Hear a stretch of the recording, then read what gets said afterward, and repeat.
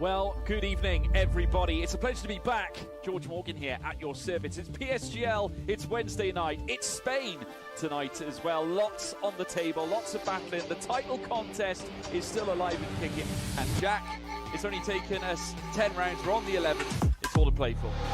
Boromant goes on the inside and takes the lead on the final lap of the race. Now it's side by side between Boromant and Warner, but Boromant's got the inside. Star here in this phenomenal race. Cameron Dowd looking to take P2 in his very first PSGL F1 PC race. Incredible to say the least. You see that Putin still lead. 1.5 seconds. DRS is the name.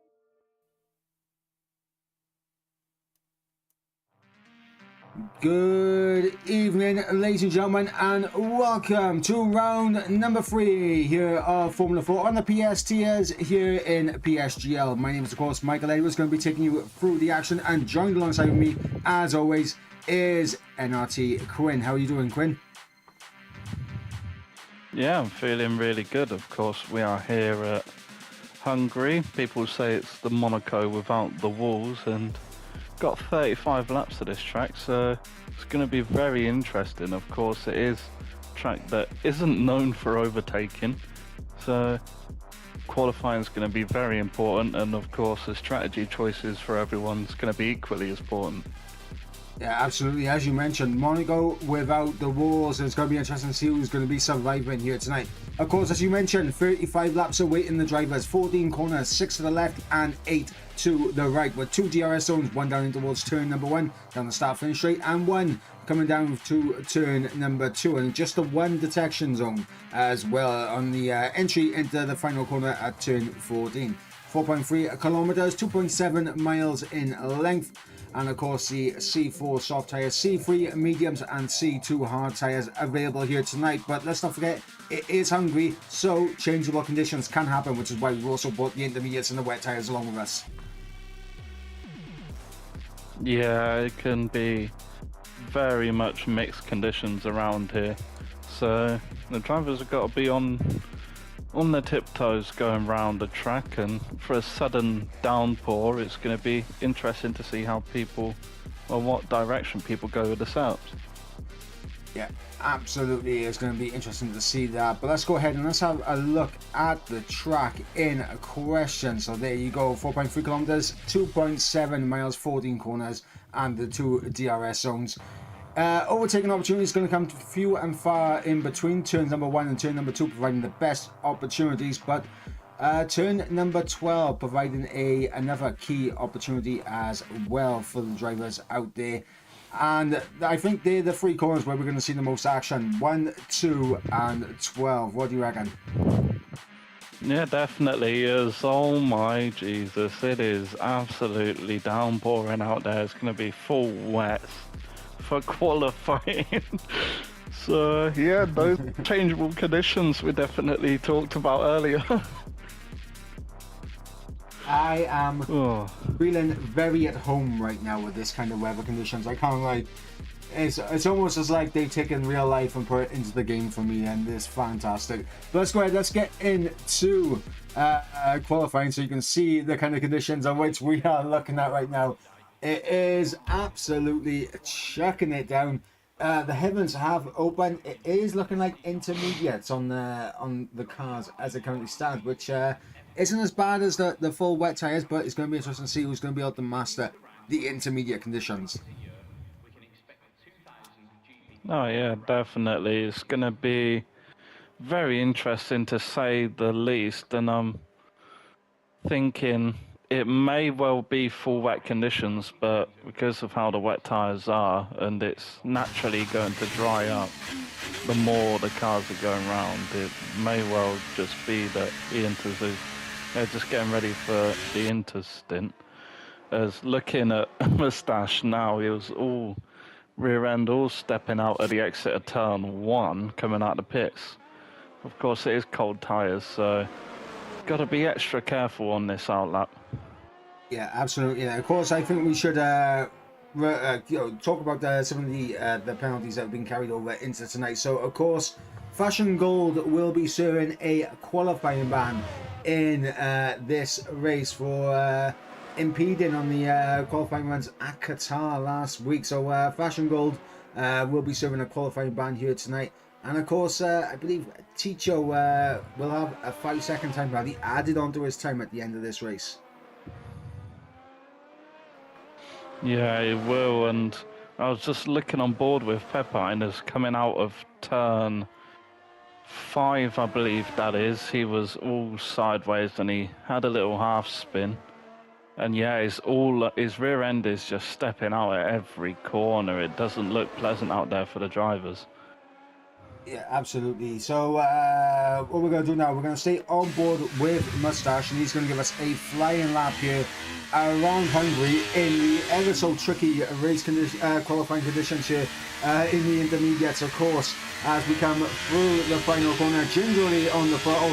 This would normally be where DRS is open running down into turn 1, but of course in the intermediates, no wet condition, no DRS for the wet conditions. As we break down for turn number 1. Third gear, the gear of choice, and you can see the back end stepping out there from Moustache, absolutely fighting the car's traction on the run down in towards turn number 2. Runs deep into 2, sometimes in intermediates, not the best of.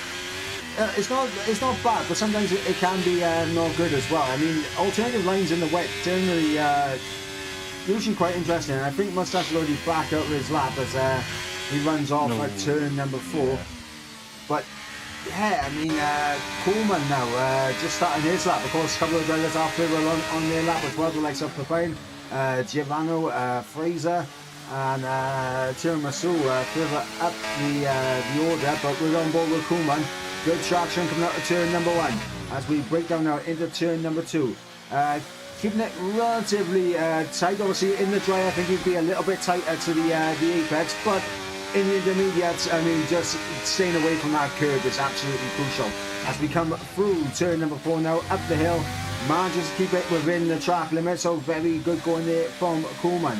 As we come through turn number 5 now, into the chicane, where we could see a potential lunge or two through 6 and 7 now through the chicane, and now into turn number 8, the meaty part of the middle sector, I think, is now as we go through 9 and now the left-hander of turn number 10. Big snap there for Koolman as we go through turn 11. Not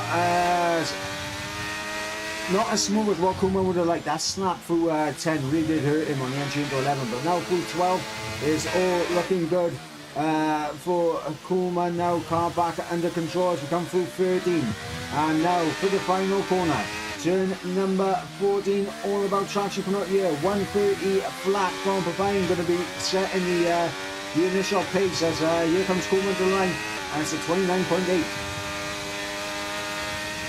Yeah, it's going to be good, and Aguado out of nowhere puts nearly, just under 7, or just over 7 tenths on Coolman. So Guado not really been performing to what we know he can in the first two races.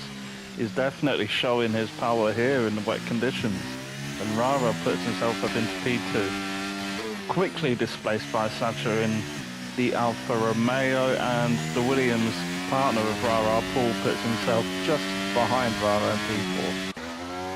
Yeah, and of course, for a lot of drivers right now, just getting a lap time on the board is what you want, and just trying to build the confidence, do lap after lap after lap.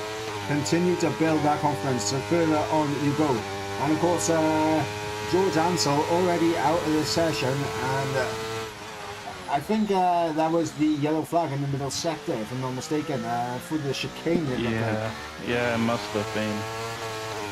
Yeah, it must have been through there, as Lorenzino is actually coming through there at the moment, coming up to turn number 12 here, an overtaking opportunity into the race. We're in the race. As Pepine actually putting himself up into P2 ahead of Sacha, as well as the two AlphaTauris displacing the Williams in 4th and 5th. Going back to Lorenzino, coming through the last corner, now being very careful. Going through the last corner, what time will it be for him? It's going to be a 1:30.3, puts himself in P12.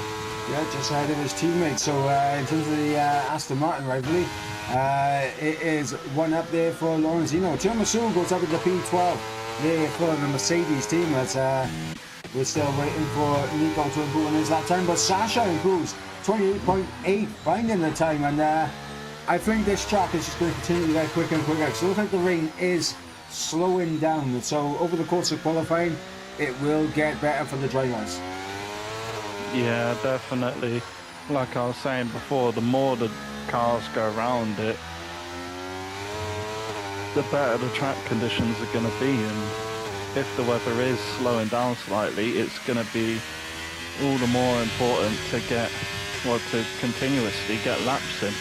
As if you're not doing that, you could find yourself just getting in a rut and not able to get a lap done.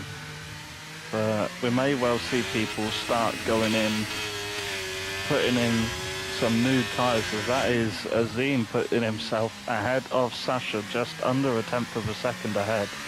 So yeah, the constant improvements, and that is Fraser going slightly faster than Sasha there, putting himself provisionally on the front row. Yeah, and of course the circuit just going to get quicker and quicker. Of course, looking at what happened last week, it was Nico who took victory last time out for the AlphaTauris, and of course Coolman came home in P2, and it was a good performance from Coolman last time out, and Lorenzino was the final man on the podium. There was definitely a little bit of tension, I think, between the likes of Paul and Rara. Again, in terms of the pit stop faces, if you remember last time out in terms of Kota, Rara had a penalty, a 5-second stop-go penalty, and overtook his teammate, then pitted the lap so that Paul couldn't cover off Coolman.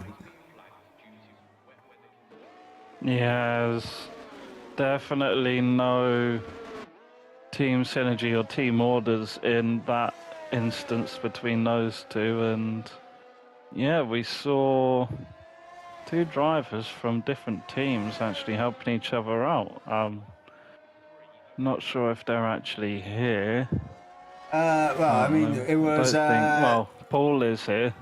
Yeah, we got Paul, we got Rara here. Obviously we got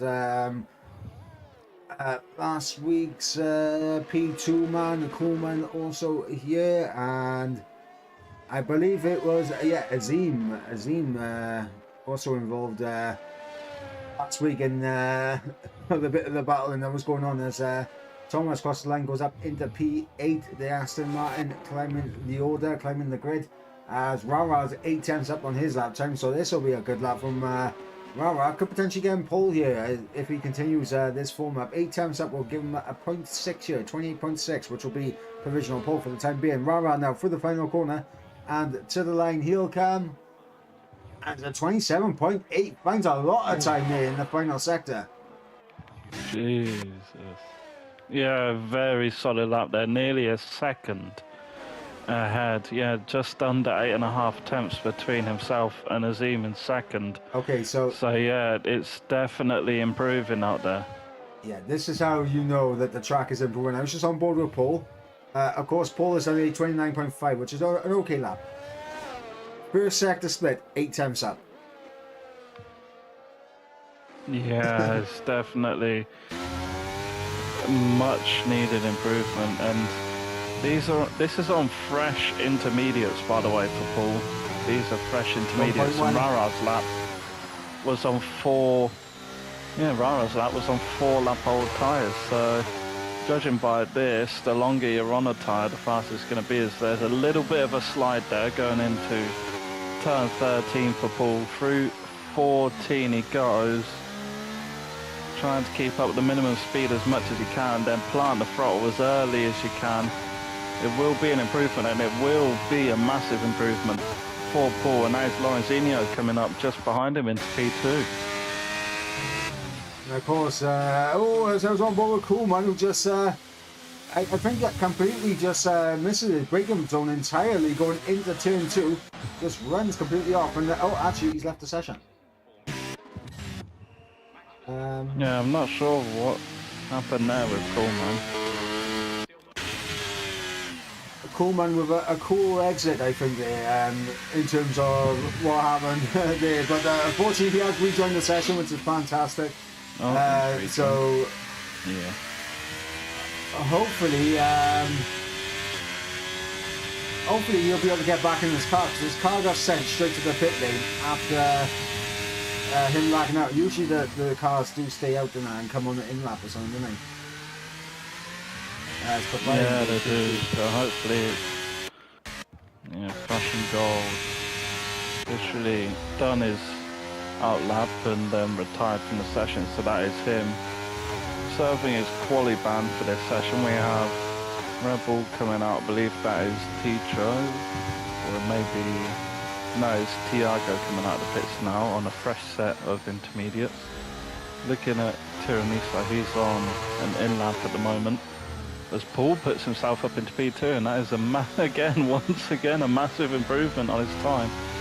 And he has put a huge gap between himself, well, Lorenzino, Pepine and Rara, nearly 6 tenths from himself. Never mind, Havmik goes even faster than Paul, just over half a tenth we're playing faster. 6 tenths up. We're playing 6 tenths up through the middle sector right now. So can the Alfa Romeo get himself into the point ones? Could we see a 26 here? As we got less than 5 minutes to go in the qualifying session. It is Havmik out in front right now on pole position. Paul joining them on the front row. And of course we've got Lorenzino and Pepine now coming to the line. Provisional pole for Pepine, 26.9. Honestly, if I'm one of these drivers, great lap there. if I'm one of these drivers right now, I'm just seeing these lap times continuously fall down. I probably would, if I'm on a flying lap, I'd come back in the pits, put a fresh set of windows on, and literally go straight back out straight away and just try and get make sure you have 2 flying laps around the circuit. Because obviously, if you get an invalidation, that can happen very easily around the track, I guess. And you want to give yourself just enough time that you can actually combat that. Yeah, I'm just looking at Aguadas. He improved his time by about 6 tenths there, and I believe he's going to be doing another flying lap here. He's going to have the Aston Martin of Lorenzino just behind him. A few more people on flying laps at the I'm on board with Sasha at the moment in the middle sector. Coming through turn number 11 now. 6th gear, dropping down to 5th, making sure to keep it in the limits. 1.8 seconds up on the time. So this will be a 27 flat as it currently stands. 1 more tenth to find to take provisional pole away from his teammate. Sasha through turn 13 now. Gets very swirly on the exit there through 13, but now through turn 14, the final corner to the line. He'll come. What's it going to be for Sasha? And he goes on provisional pole with a 26.5. Honestly, and this is just me thinking this right now, I reckon whoever... Aguado's improved. whoever is going to be the last Guado man. The last man. Yeah, Guado was just improving.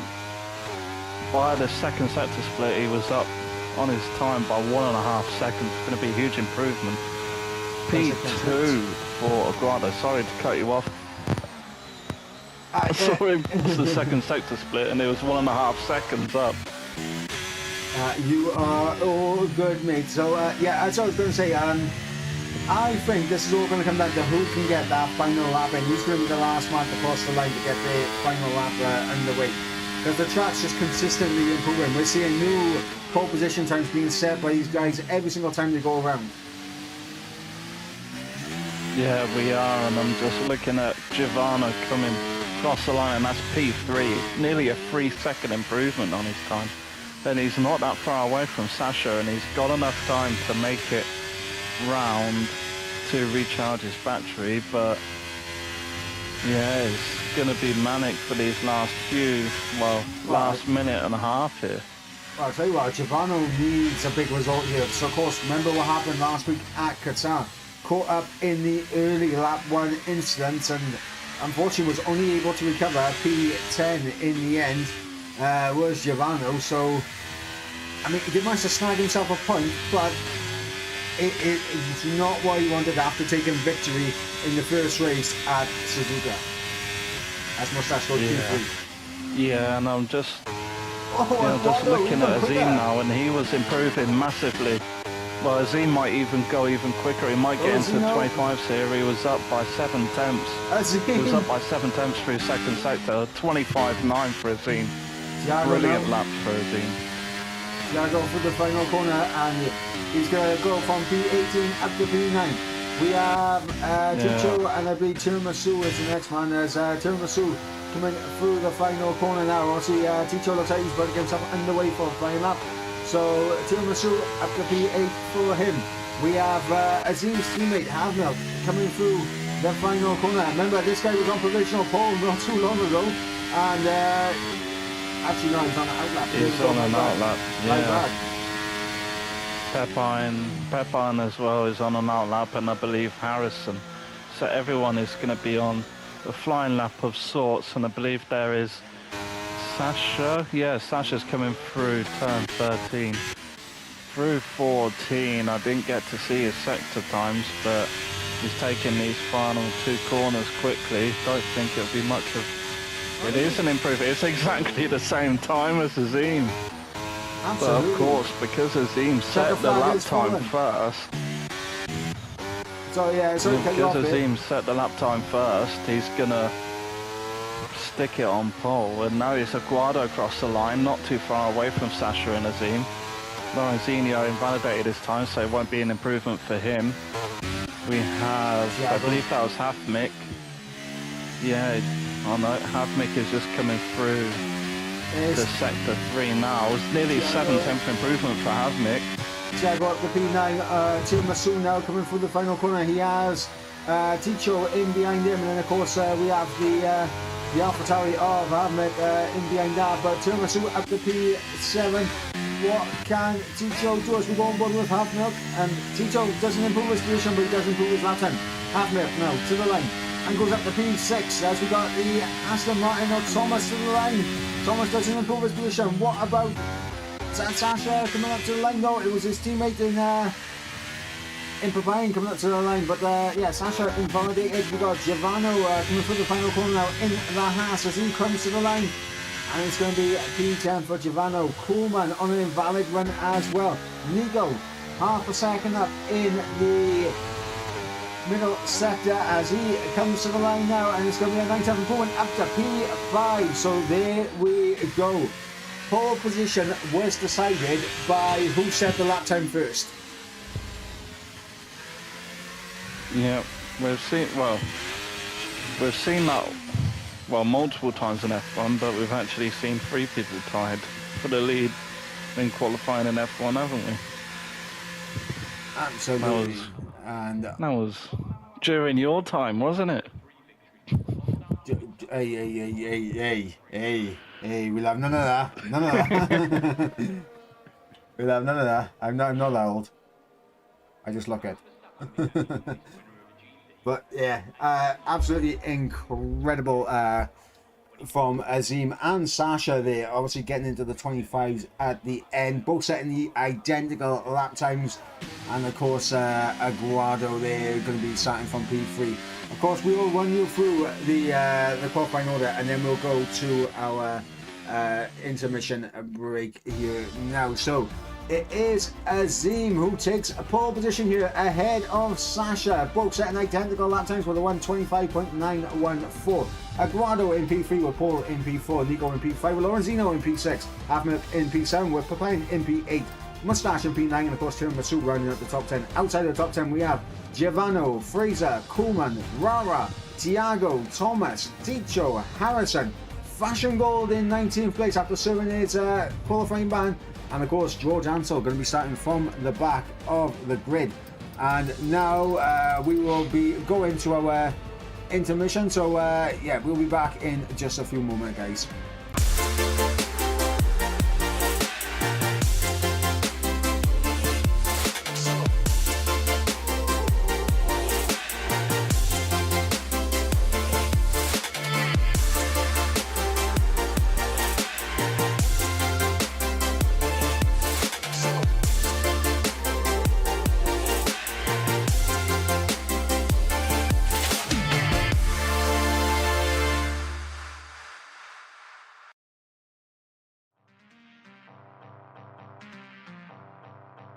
Well, there we go, qualifying done and dusted here in Hungary, and my god, what a qualifying session that was. The track just continued to improve over the course of the session, and right at the end, lap times coming down thick and fast, and of course it was that man in...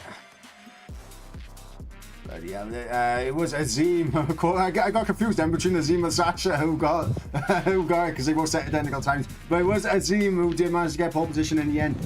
Sasha coming home in P2 with that qualifying lap time being exactly identical. And look, Quinn, it doesn't get any closer than that, does it?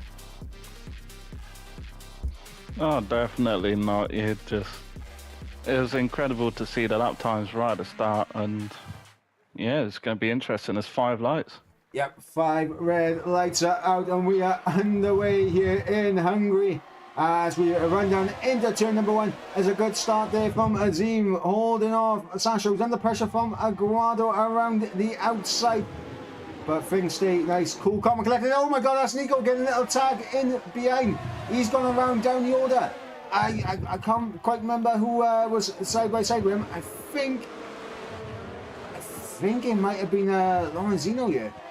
Because Lorenzino's struggling. Maybe a bit of damage for the Aston Martin. He's getting all out of shape. Yeah, and George Ansell's out. And that's a virtual safety car coming out. Doesn't look like Lorenzino's got any damage, but it's just not. It's not the weekend. It's not the weekend for George Ansell. Do you know what? I'm just going to say... Crashes out in qualifying and then crashes out at the exit of turn 4. Okay, so I'm going to put a little conspiracy theory out here. We do like a little conspiracy theory from time to time, but I'm going to put a conspiracy theory out here. From what we've seen so far, obviously, we saw... we saw Giovanni win in Suzuka, get involved in a lap 1 incident at Qatar. We've seen Nico win in Qatar and get involved in a lap 1 incident in Hungary. I'm just putting out there, I think whoever wins the last race is cursed for the next race. No, yeah, definitely. Yeah, that is a theme that we've seen, and yeah, it just seems plain sailing for the guys up front. The front 3 are starting to pull away from Paul a little bit, and Paul's trying to pull away from Giovanni.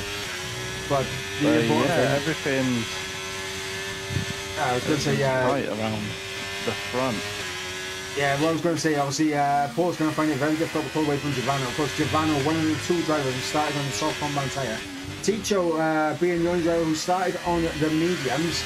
Everyone else started on the hards. Of course, Harrison has just come into the pits and put on a set of mediums now, but he started on the hard compound tyres.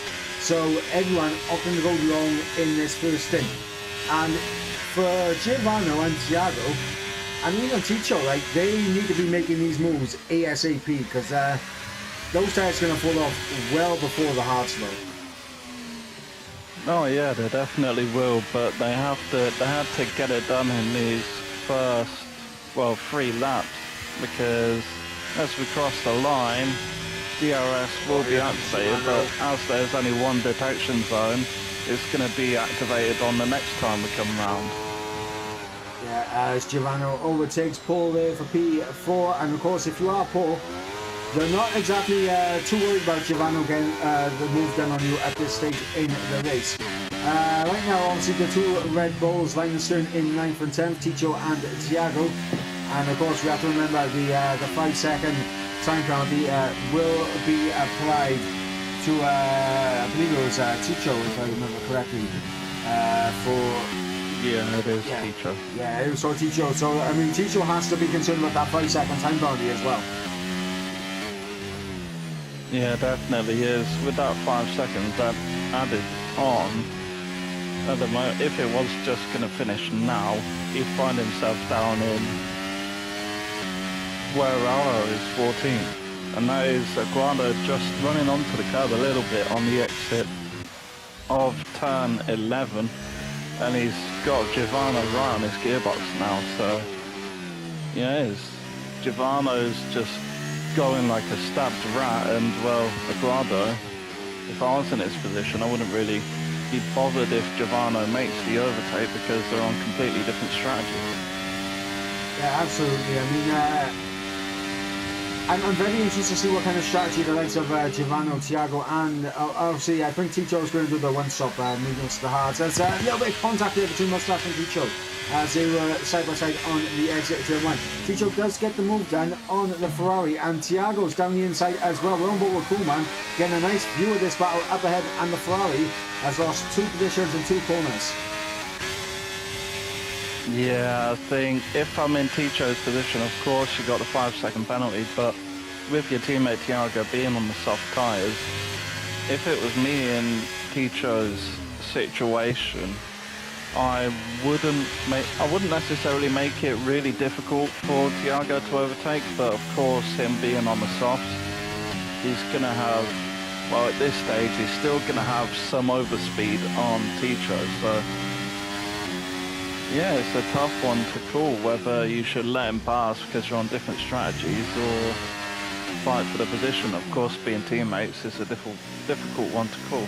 Well, I can see right now, I mean, on board with Thiago, it looks like Ticho is just getting a little bit out of sugar at a couple of these corners, getting a little bit of a snap here and there. You see it there on the exit of the final corner. Yeah. And that has been happening consistently. It was the same with Thiago, though. It's the same with Thiago. He was getting little snaps of oversteerers. Yeah, down the inside Thiago goes. Ticho looks for the undercut, but it isn't going to happen, and Thiago gets that second helping of DRS.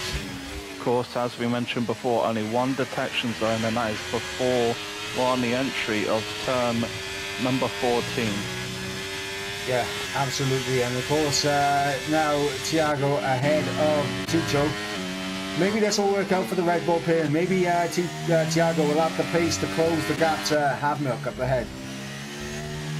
Yeah, definitely could be the case, and I'm just on board with Giovanni as Aguado is slowly starting to fall away from Sasha and Azim up front, and Giovanni's definitely piling the pressure on Aguado right now. Yeah, absolutely. Giovanni closing up to the back and towards turn number 12. And now Aguado out of that 1 second window. Needs to have a good penultimate corner here, making sure he can get back within 1 second, and I think he's outside it. He is outside it. So Aguado not going to have DRS down this main straight now, and this will be advantage Giovanni here, as Aguado has been absolutely swamped in a straight line due to the overspeed game. Yeah, and I was just going on board with Paul to see how much he gained on Aguado. I don't know if he you only saw gained that. about a 10.5. I don't know if you saw the battle up ahead for the race lead as well. We were on board with Giovanni. We saw a lovely little battle up ahead with Azim and Sasha. Of course, trading positions is Sasha now in the race lead. But Azim is sat on maximum ERS right now. Ooh. Yeah, just dipped his left side tyres onto the grass there on the entry. And yeah, just got him all out of shape, and once again he's getting a little bit out of shape, but Giovanni slowly started to creep up on the front two, although he lost about half a tenth there. So yeah, it's all getting a little bit twitchy out here at the moment as going on board with Aguado. He's definitely keeping up with Giovanni, so maybe it was a little bit tactical from Aguado to, well, not really let Giovanni pass, but use Giovanni as sort of horse and carriage situation. Giovanni just pulling Aguado along to the front two, but it doesn't actually look to be the case. Giovanni slowly falling away from the front two. I mean, I think they just the raw pace. It looked like Aguado was falling away. In terms of letting Giovanni go through, I don't think Aguado had much of a choice with that, because obviously he was outside the DRS range. Yeah. Giovanni was very close to the back then. But the key thing that has helped both Aguado and Giovanni here was the fact that they were able to get that overtake done very easy down the pit straight, whereas Azim and Sasha were side by side on the exit of turn 1, which of course slows them up slightly. So that's brought them back around the DRS range of the likes of Giovanni and Aguado here. And I mean, right now it's all going to depend on when Giovanni's tyres fall off. Yeah, they've got to be falling off soon, and got to think what situation that's going to put Aguado in. Because once Giovanni pits, Aguado is going to be outside the DRS range, and that's going to make him very vulnerable to an overtake of Paul and eventually Pepe. And even have Mick down the line, as that is a big snap of oversteer. Is Paul going to be close enough? Still got the DRS. Still got DRS, and Giovanni actually was just inside DRS range, and that is Ticho and Tiago fighting once again as Ticho gets an overtake done.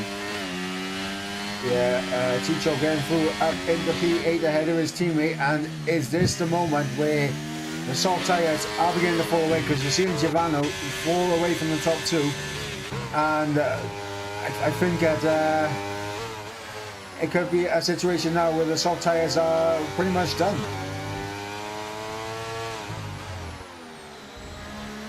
Yeah, it could definitely be the case. But looking at the two Red Bulls, it looks like Tiago, yes, he is slightly falling away now, but he's still a good distance to his teammate. Although, as I say, that is lost about a tenth through this snaky section here. So, yeah, maybe you're right. Maybe they are starting to fall off now. Well, I think right now they are slightly slower. We've got Mustache and Coleman side by side now coming into turn 13. I'd say they're slightly slower now, enough that they'll still be able to keep within DRS range. But in like a lap or two's time, they're just going to drop off by a couple of tenths. I mean, you're seeing Giovanni fall away by 3 tenths now, overtaken by Aguado. So Aguado getting himself back into a pole position. And that's Paul as well. Paul's going for a look down the inside, and he's side by side with Giovanni. Giovanni gets the better exit, but Paul's got the outside line. But yeah, Giovanni keeps the position on Paul, but loses it on Aguado. It's a great move there for Aguado, and now he's got a 1.5 second gap to make up. Rara and Coolman there battling out for P10. Obviously Mustache is in the mix as well, as these guys were scrapping it out for P10 in this race. And it looks like Mustache getting a little bit wide through turn 4 and picking himself up a 3-second time penalty, the first one of the evening. Of course, 9 laps waited, so pretty decent. I know Nico losing the car through turn 5. Was there contact there? I don't know, but turn 5 was the place where Nico went around. And honestly, like, this is where I'm just going to say it. Whoever wins the race, the next race, it just seems to go horribly wrong. Because we saw Giovanni win the race in Japan. In Japan, and obviously Qatar, it went horribly wrong for him, and obviously Nico won the race in Qatar, and it's gone horribly wrong for him here. As Rara and Kuhlmann, they were battling out through turns 12 and 13 there, and of course there's Kuhlmann that holds on to P10. Up towards the front though, looks like Giovanni doing just enough right now to make sure he doesn't fall away from Aguado. Aguado 1.5, 1.6 seconds off the back of Azim though. That could be an issue for these guys later in this race.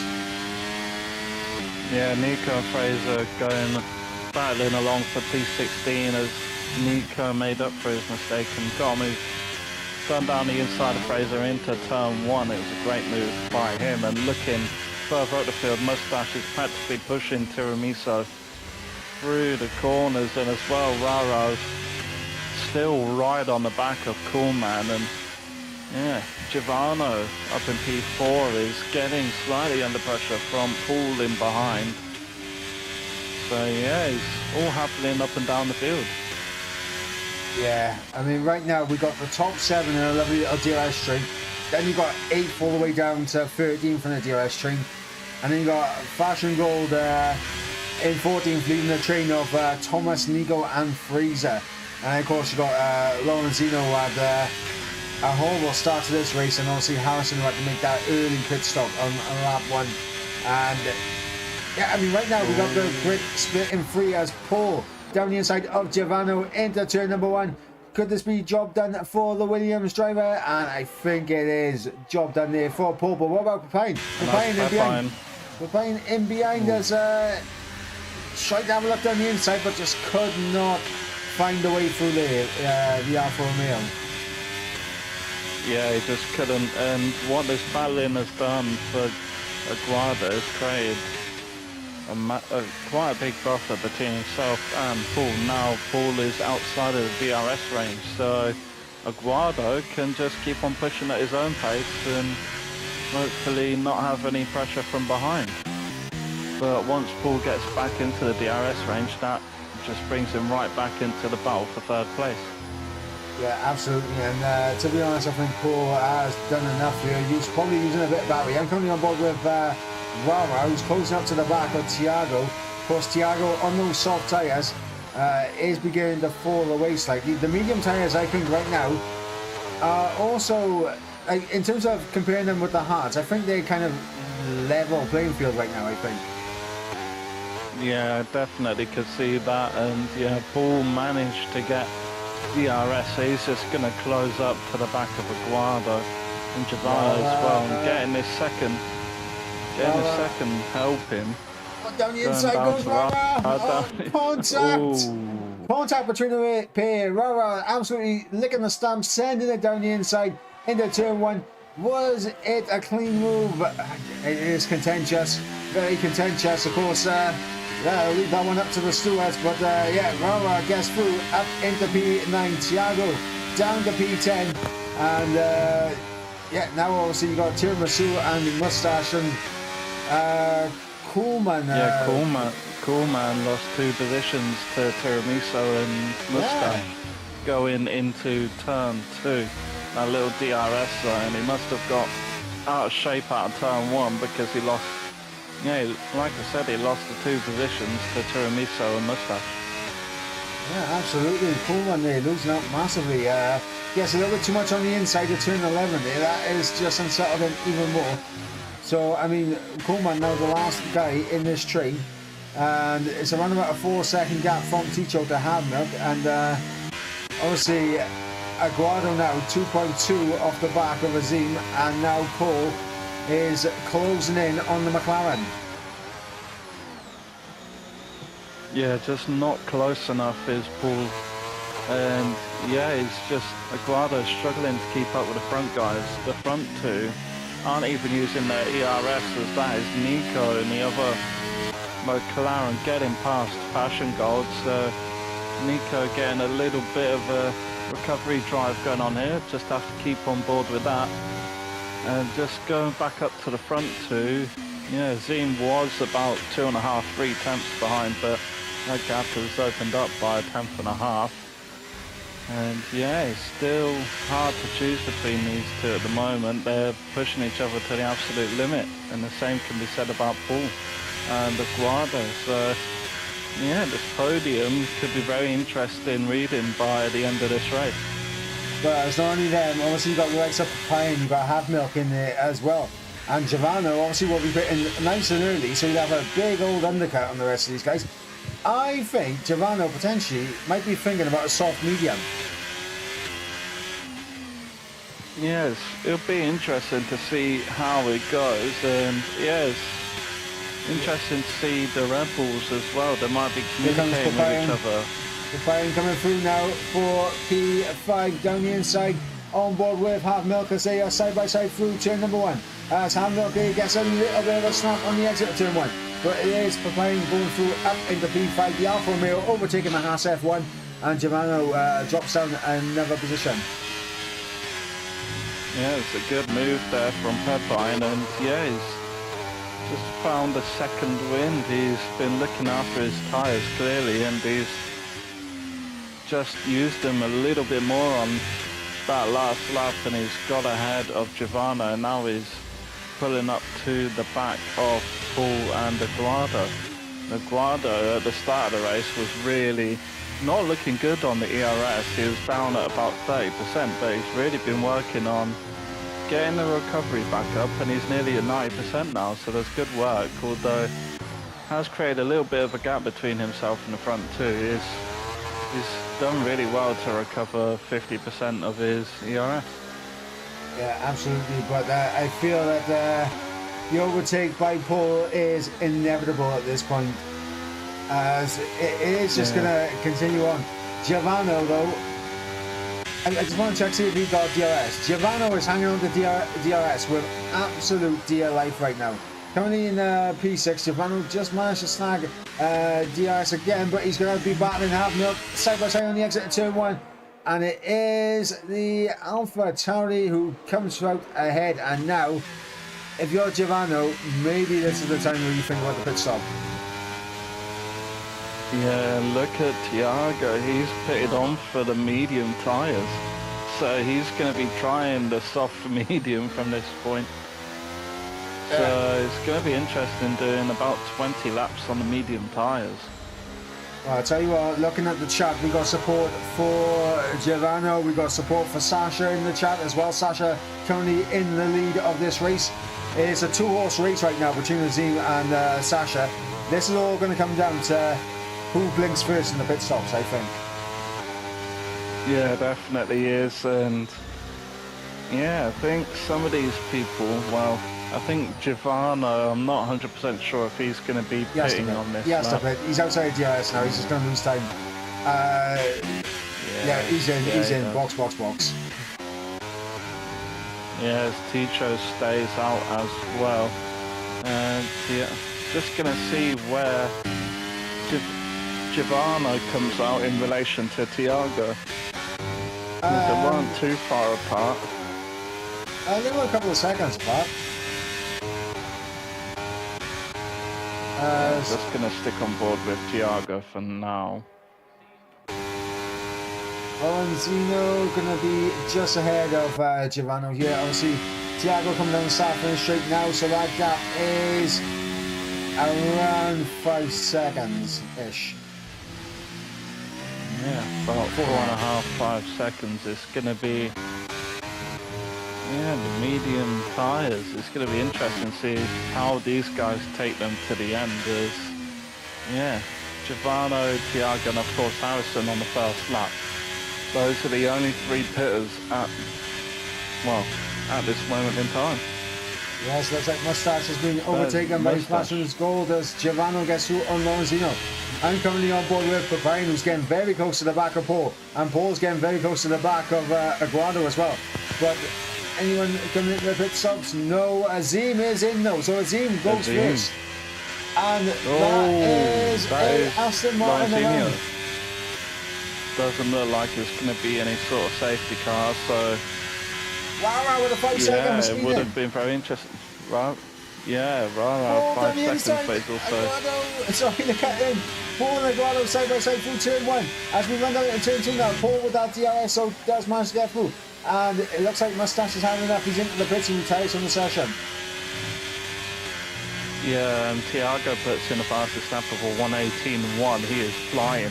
Going on board with Thiago. It's going to be very close between himself and Rara coming out of the pits, and it looks like Rara's just got that edge over him, and of course Thiago did not have the DRS here as Rara just came out of the pits. And yeah, 5-second gap between Paul and Sasha.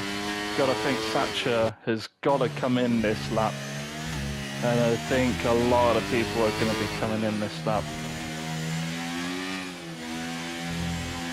Yeah, absolutely. Apologies for the audio cutting out there, guys. On the Elgato, my apologies. But yeah, coming on board with Azim, who's all over the back of Thomas. Of course, fresh medium tyres as Paul comes into the pits now.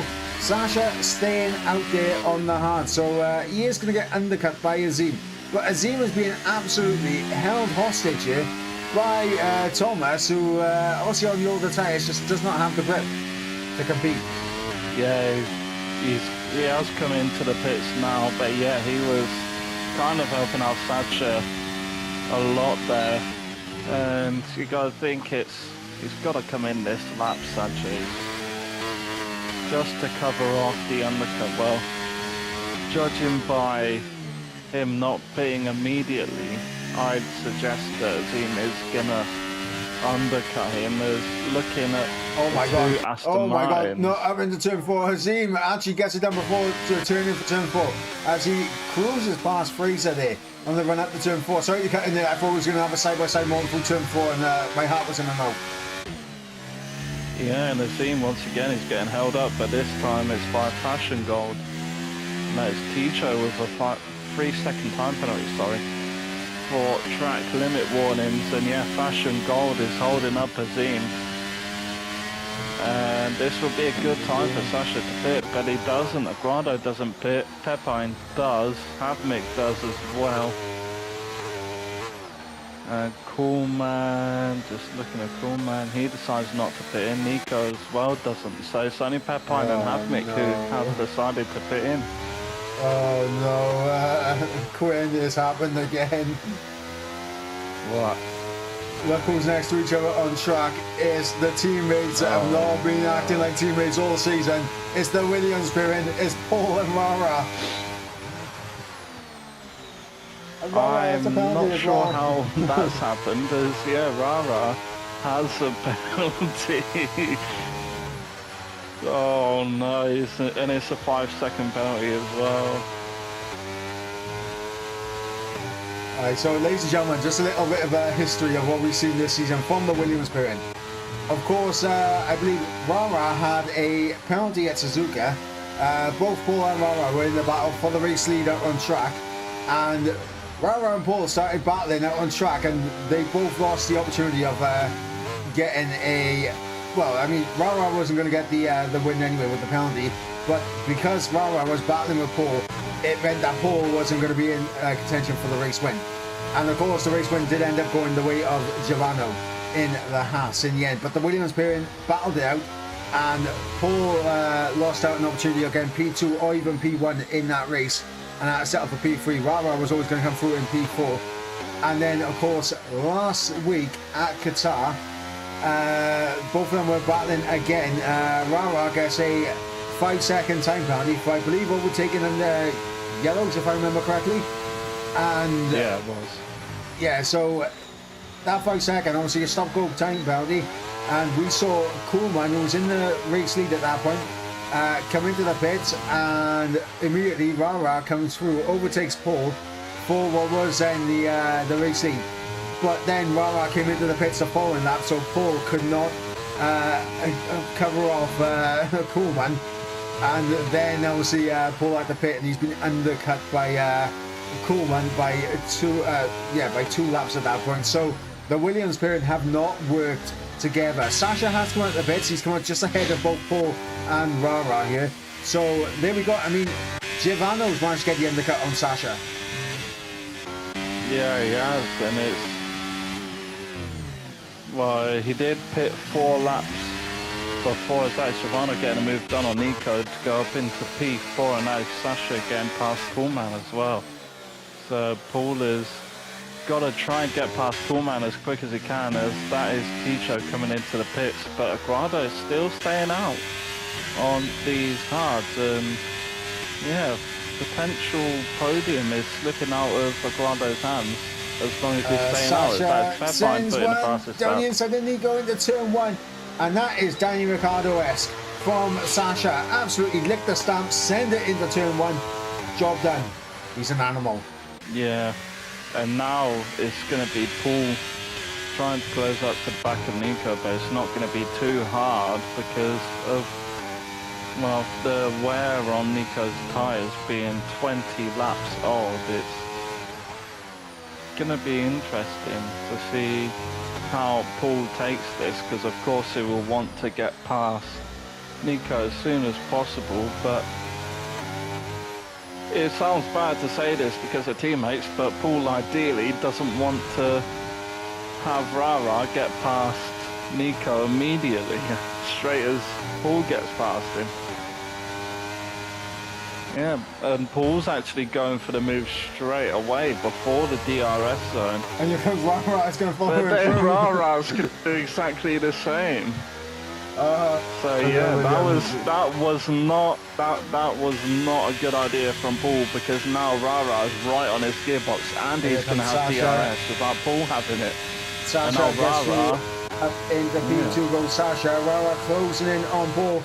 Not close enough for the overtake into turn 1. Nico's still there in behind. Papine only about a second off the back of these guys, and he's trying to close up as well, and he's bringing Havner along for the ride. Coolman currently out of sync with the grid. Same with Nico. 21 laps on those hard tyres, and potentially I think they're hoping for maybe a safety car or something to bring them back into this race. We just saw Aguado coming into the pits, and of course he has come out down in P12. So that's how we go. Yeah, Giovanni with a 3-second time penalty, but there we go. I mean, you mentioned Aguado's potential podium going out the window. He's come out down in P12. Yeah, he just waited way too long to make his pit stop, and yes, he's going to have much fresher tyres than everyone else around him, but it's not going to be easy for him to make moves through the field. As we saw, yes, Sasha did pit 2 laps before, as that is Pepine getting past Nico into turn 12. And yeah, Sasha pit 2 laps before, and he's up in P2, while the gap between himself and Aguado was about 5 or 6 seconds by the time Sasha pitted. Well, I'm going to say this right now. Rara, DRS and ERS in full effect here, as Rara's going to send it down the inside into turn 1. The Williams are going to battle once again. The 3rd race in a row. It is Rara with a penalty getting himself ahead of Paul. Yeah, definitely some Hamilton-Rosberg-esque rivalry, or even better, Hamilton-Alonso. That's what I'm thinking, Hamilton-Alonso vibes right here. As is supporting the chat for Sasha as well, currently up in P2. Of course, on 3-lap fresher medium tyres, so by the end of the race, potentially we'll have the pace on those tyres to come back at Azim later on, but right now 1.7 off the back. Rara closing up to Giovanni here, and now Paul is going to be in a situation, if Rara gets DRS on Giovanni, it's going to be difficult for Paul to re-overtake his teammate. Yeah, it is, and Pepine is actually slowly closing up to the back of Paul. It's going to be very close. I don't think he actually got DRS. I don't think Rara got DRS. No, he didn't. So Paul is going to have a chance to get past Rara. He's going to get right up to his gearbox. Don't think he's going to go for a dive. He doesn't, as that's Nico speeding into the pit line. So unfortunate for him. 23 lap old hard tyres. I think he may be going on to the softs. Yes, he is. So 12 laps on the softs for Nico. And well, Coolman is still out there, and that is Paula. Actually, no, it was Tiago getting very close to the back of Tiramisu. but he's still behind him in P9. Yeah, a little bit late on the turn in for turn 4 there from Thiago. Just lost a little bit of time there to turn Masu up ahead, but he's still within that 1 second, which is crucial for him. But he is being closed down rapidly by Aguado and Yang, who's now up to P10 as these guys have made their pit stops. And there we go, Thiago out the DRS range on Tiramisu. So now, if Aguado can get himself within 1 second, he can begin to close up and maybe start carving his way through this field. He can, but look at Sasha.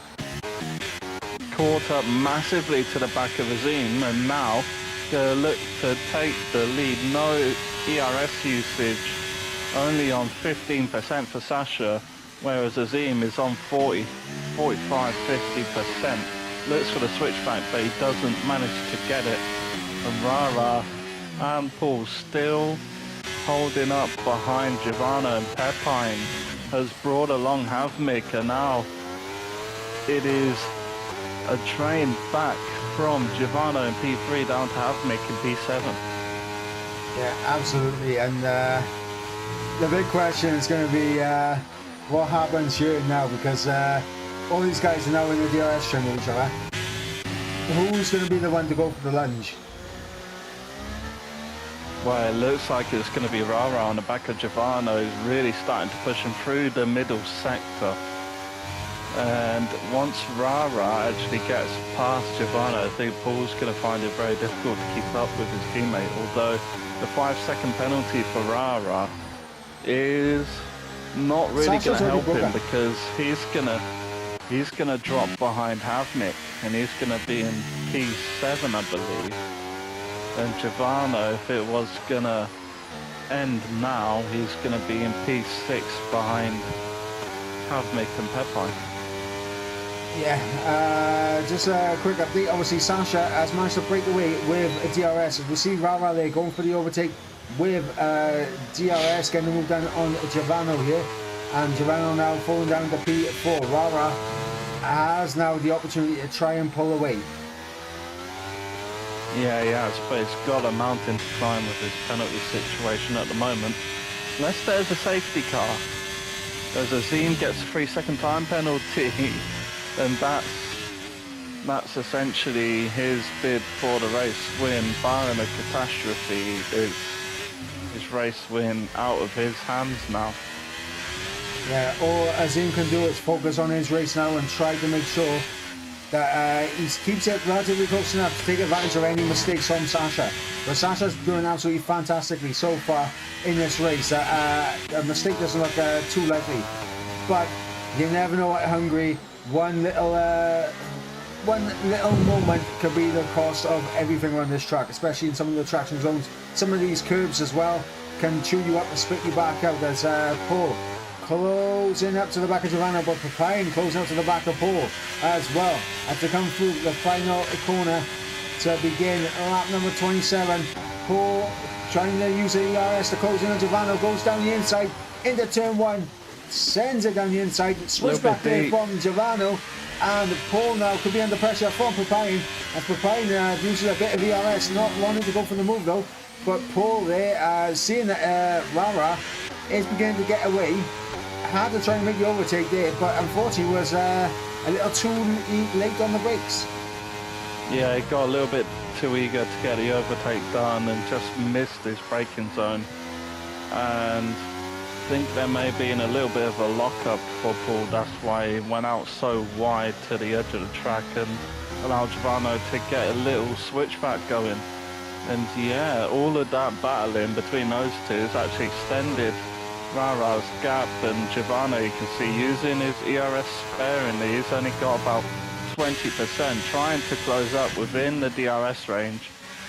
As Lorenzino with the fastest lap now, he's still right on the edge. He's trying his hardest to get within the ERS range, but he's just not doing enough, as Paul is actually dropping back from Giovanna. Now he's on the edge of DRS himself, and I think he's just completely burnt up his tyres going for that late lunge. Yeah, I was just about to say, I think he's overheated his tyres somewhat. Having up now, I'm going to look down the inside of Pepine. didn't want to fully commit there, but gets good traction on the exit. He's going to be side by side with the Alfa Romeo. So run down in towards turn number 2. Around the outside now will go Half Milk as he breezes around the outside. No, it is Papine who's going to hold on with the inside line, but that flashing red light in front is a big problem for the Alfa Romeo, and the Alfa Tauri picks up a 3-second time penalty. And Half Milk once again, it looked like it was on for him, and then it just falls away. Yeah, it does. And just going back up, well, going to Aguado, he managed to get past Tiramisu, but the gap is still quite a large gap with 8 laps to go, including this one. He's got about 4.5 seconds to make up on Havmik. Well, technically it's only 1.5 seconds that he has to make up, given Havmik's penalty, so I personally think he's going to just try and aim to get P7, but looks so promising for him in qualifying, but he just stuck it out on the hard tyres a little bit too long, and he lost track position. Yeah, and obviously with the fresher tyres, he will close that gap down. So, I mean, for Aguado, he's trying to get within the penalty range of Giovanno, of Havmil, maybe even of Rara. Rara only 1.8 seconds up the road from Giovanno, and I believe the gap between Rara and Aguado is something like 6, maybe 7 seconds right now. Yeah, it's about 7.5 seconds between, so it's only got to make up 2.5 seconds. Lorenzino calls it a safety car. Ladies and gentlemen, it's going to be big. Full course safety car here on lap 29 of 35. Coolman and Harrison are the closest people to the pits. Even though they're quite a distance back, they're managing to pit in first out of everyone. It's going to be interesting now to see who decides to come into the pits, because you'd think some will gamble saying that. I don't think Paul will come into the pits because he knows that Rara has 5 seconds and that's just going to cost him so much time. So Paul 100% has to stay out. I think unless he Sasha's creates a big enough gap, well actually no, he's got 5 seconds, he'll have to stay out. Azim's in. Oh no, he's deciding to come in. So Paul is going to take the bullet. Paul has decided to come in. I think it's just the difference between the fresh softs and worn mediums. That is him trying to make a cheeky little move. Down the inside, trying to overtake. But yeah, Paul is going to get held up. But look at this. I think Havmik might, oh no, unsafe pit release is on, but Paul is just going to drop down the field now because of Rara. So once again, Rara ahead of Paul with a 5-second penalty, sort of screwing over Paul. Yeah, I mean, it has been the theme so far this season. Rara gets the penalties, gets ahead of Paul, and they battle it out, and yeah, I mean... Giovanno, oh sorry to cut you off, but Giovanno actually managed to jump Rara. Oh yeah, that was guaranteed Giovanno going to get ahead of Rara with the 5 second. I am actually surprised that the likes of Papine and Havmilk did not get ahead of Rara, to be honest. But Paul comes out in P9 behind Tiramisu. And if you're Paul right now, you are absolutely fuming with your teammate. Well, I mean, I wouldn't really call them teammates. It's definitely Hamilton Alonso thing going on here, as I believe the safety car might stay out for another 1 or 2 laps just because of Harrison in the back. I think 15 seconds, 16 seconds. And the next lap, just about being 6. Yeah, and yeah, I think Harrison can make up that gap in once everyone gets caught up. He's gonna catch him about halfway around the second, this lap. Yeah, looking at the penalties at the moment, it is Azim, Giovanno, Havmik, Ticho and Harrison all with 3-second time penalties.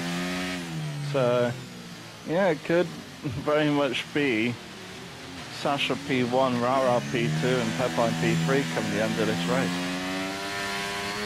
Yeah, and we've got Coleman boxing for fresh tyres. I'm a little confused of why he would be boxing other than to keep the safety car out another lap.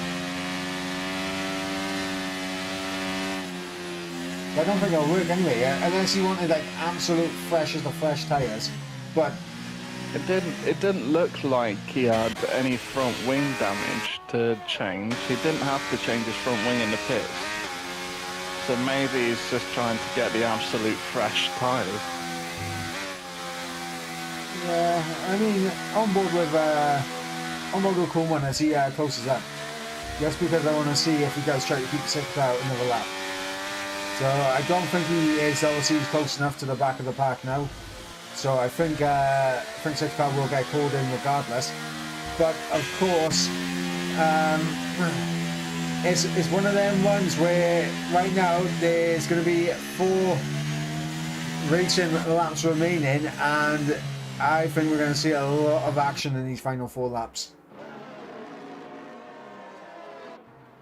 Paul is just going to be, well, he's not going to be driving off rage. He's going to have a cool head, but he's going to want to get past as many cars as he can, as just waiting for the safety car to get back into the pit lane. Looks like it's just about getting in there, so waiting for Sasha. Very close to contact between Azim and Sasha. Yeah, and there goes Sasha. And Sasha's gone. And he's caught Azim. He's caught him out. Yeah, Azim being caught napping He's caught him napping. Rara was close to the back, but look at Pepine. Pepine's actually closer. He's closer to the back of Rara. He might look down the inside. He's got a peek. Oh, little half-eyed look there, but he opens the door for Havnik. But he doesn't take the opportunity, and still behind Pepine is Havnik. And looking back to Paul, he's really trying to push on, trying to get past Tiramisu. Yeah, absolutely. Aguado, I think with the time penalties up ahead, obviously he will manage to get himself a P4 as long as he keeps it penalty free himself and makes no mistakes. But I mean, right now, obviously, he's got to be thinking about what that strategy that he was doing today. Because obviously he stayed out on the hards way too long, gave up so much time to the cars that were ahead of him, and just the safety car just came up and absolutely done him over. Yeah, the safety car did save his race, and he's trying to use this. And Paul gets past. Yeah, Tiramisu must have had a little bit of a mistake, because that is Fraser getting past Tiago. That's Fashion God getting past Tiago once again. I tell you what, and though. Now it's Nico. Nico's looking for a move on Tiago round the outside of the final corner. Doesn't look like he's able to, as just squeezes Nico to the outside, but it's a complete drag race between the two. Down into turn 1, looks like Tiago might have a little bit of an edge. But Nico goes for the latest of the breakers. And he's still side by side going down into turn 2. He's going to have the inside for this corner. Still side by side, but he manages just to squeeze Tiago. And he gets the move done. Excellent racing between those two. Do you know, there is another person who this safety car has absolutely destroyed. And that is this man, the man in P10. Ticho, with that 5-second penalty, is going to be applied to him after the race. Yeah, it's going to be really tough for him, as well as the 3-second time penalty he's got. He may well just finish last. Even with the 3-second time penalty, actually, he will find himself just about in last place, or near enough last place. So with the 5 seconds added on, it's going to be even compiling on even more misery. Yep, as we are about to come on to the penultimate lap of the race, it is Sasha leading the way. Azim currently in second place, Giovanno in P3, but both of them with time penalties. Rara and Papayan are going to be looking to take the podium positions here, and Papayan and Sasha a 1-3 finish, maybe even a 1-2 finish if Papayan can get himself ahead of Rara in this race, and that's huge for Alfa Romeo. Yeah, it definitely is. And Rara's actually struggling to keep up with the front three. So if the front three are able to pull out of DRS range of Rara, Pepine is going to be licking his lips come the last lap, as yes, DRS was enabled on the start of this lap, but it will not actually be usable until start of next lap. Yeah, absolutely. So right now, the most likely outcome in terms of this podium position right here, Sasha, Rara, Pepine right now, as it currently stands. But if Rara falls outside of that 1 second, which he just did for a moment, if he falls away, then it's going to be open season for Pepine on his final lap to try and get this move done. But we are now coming up to the final lap of the race. Sasha leads the way out on track, but it looks like Azim's going to try and take that away from us. He's closing in with DRS, and DRS looks to the inside, late lunge down the inside from Azim, gets the move done, but switchback there from Sasha out of absolute miracles right there, and no contact was made, but absolutely fantastic stuff from Sasha. Gets the absolute perfect little switchback here on the Alpha Tauri, and yet no contact made, which is I refer to it as miracles, because it seemed like Azim was very tight to the apex, so that switchback was absolutely perfectly timed from Sasha. Yeah, Sasha knew that just forcing Azim to go the inside line, he's going to have to brake a little bit earlier. Well, Azim's going to have to brake a little bit earlier than Sasha, and if he didn't, he's going to go wide. And Sasha already knew in his head that he was going to try and get the switchback done, and it worked out magnificently for him. But it will be Sasha coming round the penultimate corner, going through turn 14. Will be, I believe, the third different race winner we've had here in F4 in the first season. It will be Sasha line. Will be Rara in P2, Pepine in P3, Azim in P4. Aguado missed out on P4 by just under 4/10 of a second. Giovanno actually P5. Aguado left the session. Yeah, so that would be a glitch. Aguado did finish in P5 because he's left the session before like the classifications and have all been completed. It has like retired him from the session and dropped into the back. So that will be something that they keep in mind for the tier coordinators and everything. Post race, I'm sure they will be aware of that anyway. But yeah, Sasha, an incredible race, an incredible victory, and draw at the end. I think that switchback just proved why Sasha deserved to win here today. Yeah, definitely. Before the safety car came out, he was pulling away from Azim. He really showed his pace, and yes, the safety car did hinder him, but ultimately got the race win that he thoroughly deserved. Absolutely, and of course it was Rara and of course Pepine joining him on the podium. Very, very good performance for Alfa Romeo, and again for the third race in a row. Problems at Williams perhaps. As we run you through the order one more time, it's of course Sasha who takes victory ahead of Rara in P2. Pepine comes through in P3 with Azim in P4. It will be Aguado in P5 with Giovanni in P6. P7 will go the way of Paul. Tiramisu would be P8. P9 for Half Mil, and of course Fraser would be the last man inside the top 10. Of course, outside of the top 10 would have been Fashion Gold, Nico, Ticho, Tiago. Obviously, we'll have this 5-second time penalty applied to him, so I believe he'll finish behind Thomas. So he'll finish in 15th. Thomas will be promoted to 14th, and of course Harrison will be there in 16th, and of course Kuhlman will be 17th, and Aguado will be back up to P5 where he finished. And of course our non-finishers there unfortunately were of course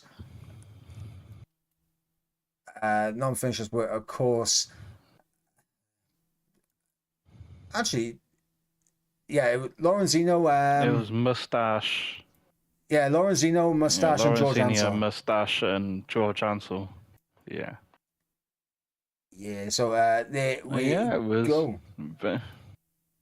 Very entertaining race here, and just overall, Sasha really deserved that race. win, of course, getting exactly the same time as Azim in qualifying. Both of them set the pace in the early stages of the race, and then after the pit stops, Sasha had a little bit of a gap to pull to Azim, but he closed it in no time, and once he got past him, there was no looking back. He just bolted away from Azim, and the safety car set him back a little bit, but he ultimately stayed ahead. Got a little bit of a switchback going on the last lap and managed to pull away with a victory. So great result for Sasha there. Of course, like I mentioned, the third different race winner in the first 3 races here in F4. So if that doesn't show the competitiveness here in this tier, I don't know what does. Yeah, absolutely. And in terms of podiums as well, I think we've had 9 different drivers on the podium. So of course we had Giovanni, Paul and Nico in Suzuka pick up a podium, and then of course Nico picked up the race win in Qatar, and of course Kuhlman and Lorenzino joined them on the podium. So we've had 5 podium finishers, and then of course tonight Sasha, Rara and Papayan make it 8 different podium sitters out of a possible 9 over the first 3 races. So that shows how competitive this field is.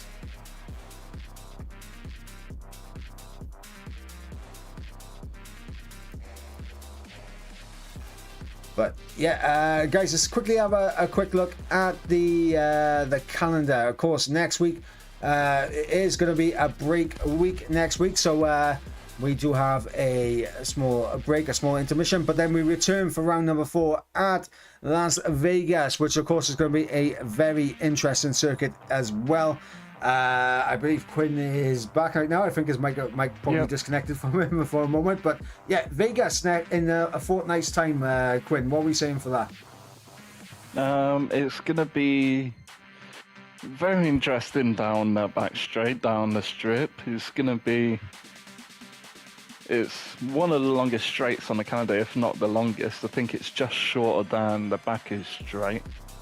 But yeah, it's going to be very much an overtaking fest down the main straight. So it's going to be interesting to see how it plays out. Yeah, absolutely. And I think you might cut out, as I mentioned, 8 different podium sitters out of a possible 9 in the first 3 rounds. It just shows how competitive F4 is this season. Yeah, definitely does. And yes, just shows, like you said, how competitive this tier is going to be and how close the driver standings and even constructor standings are going to be. Yeah, absolutely. And hopefully next week we will be, not next week, in a fortnight's time when we go to Vegas, we will be able to bring you the standings and everything. Unfortunately, tonight we've had to work a little bit off of on the fly with all of that. But that is going to wrap things up here tonight. Of course, my driver of the day goes to Sasha. I'm pretty sure you'll be thinking the exact same thing, Quinn. Yeah, definitely. It's 100% going to be Sasha for me. Yep, 100%. So, guys, that is going to bring an end to the action here tonight. Of course, we'll be back in a fortnight's time at Vegas for round number 4. But until then, guys, I have been Michael Edwards. He has been Quinn, and we'll catch you for round number 4 in Las Vegas. Until then, guys, it's goodbye. See you.